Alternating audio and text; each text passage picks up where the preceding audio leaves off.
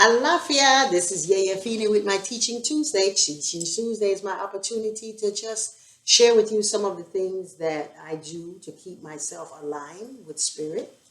Now, what we are speaking about today is how to go forward in finding an apartment or a house.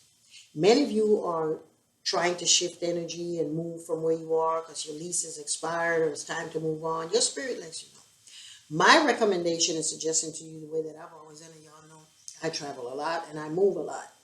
Spirit just tells me it's time to move, and I just moved to another location. I've sold many houses, bought new ones, and all types of stuff. So, what we're going to do now is if you're interested in getting a new place, the first thing that you're going to do is, of course, pray. That's the first thing. And align your spirit with what it is that you want, you desire. What is the big picture that you want? They'll say, oh, I can only afford this. No, don't think in lack. Think of what would make sense to you. And of course, within your price range and your spirit in your head, what would be good for you so that you don't have to be chasing money to pay it. And so you're saying it's time to move. What's the location you want? And that type of thing. When you start looking online or driving around or whatever, I always recommend you go in one of the houses that I bought.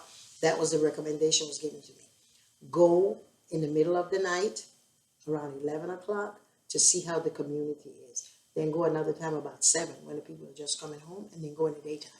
That way you will know exactly what your neighborhood is in all types of situations. Then you're going to write down the names and the addresses that you want, and you're going to go to your priest, and you're going to go to someone who is versed and experienced in doing divination, and you're going to ask them to do a reading on the location, the address, and you living there.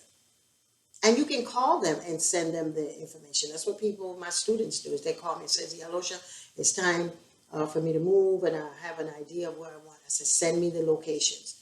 And then I will do a consultation on each one to see exactly if the vibe of that house or the people who left there and what it is that your intention is for moving there are going to be able to coexist or to be able to harmonize. And so you are then clear as to what would make sense to you.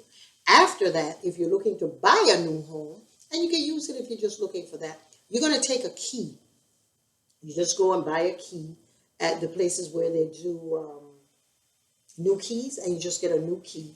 And you're going to get that key, and you're going to put it on top of the main glass of water that you have on your ancestors. You set it on that. And if it's the mouth of it is too big, you can set something on it, like a piece of cloth, or either a plate, and you're going to put it on there, and you're going to pray and ask your ancestors to find the new home for you. And that can come before you do the reading on it, because you're talking about the energy of moving, that your ancestor know that it's time to move. And then you're going to get specific with the reading on the location.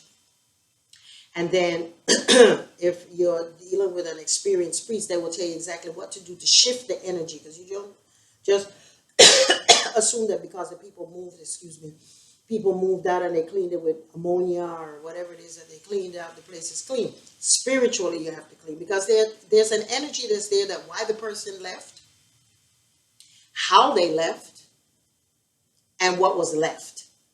So you're going to do the ritual to neutralize the space. Because if people were fighting and they broke up and did all of that stuff, you want to shift that energy, so when you come in, you bring a new, because in a house, a home has a spirit.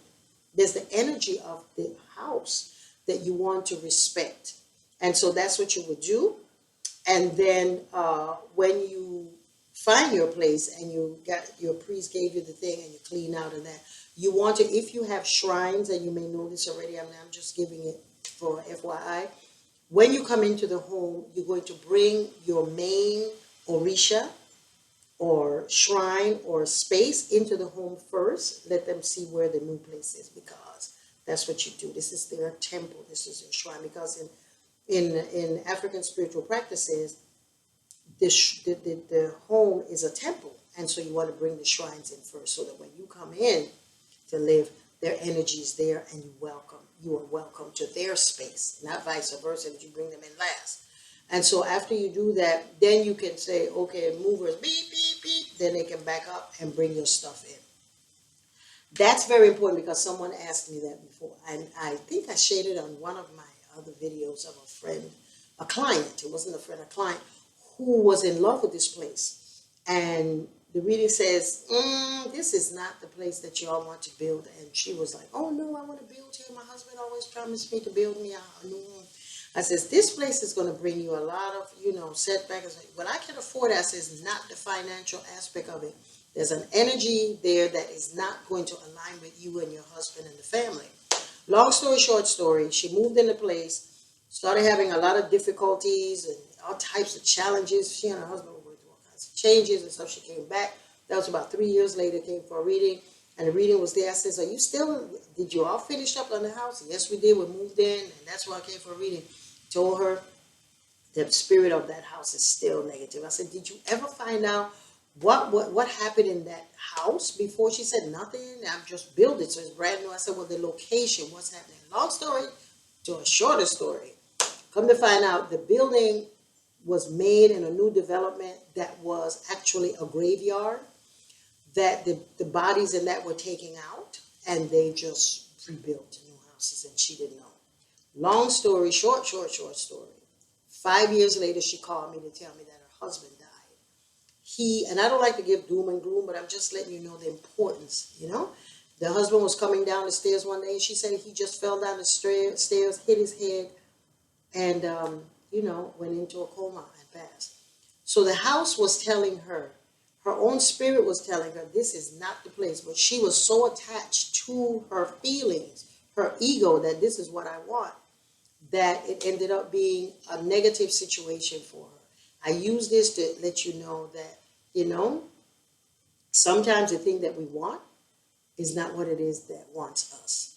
Or what it is that we want is not necessarily the place that's best for us. So see you on Tuesday next week. Look out. YayaFeeney.com. Teaching Tuesday.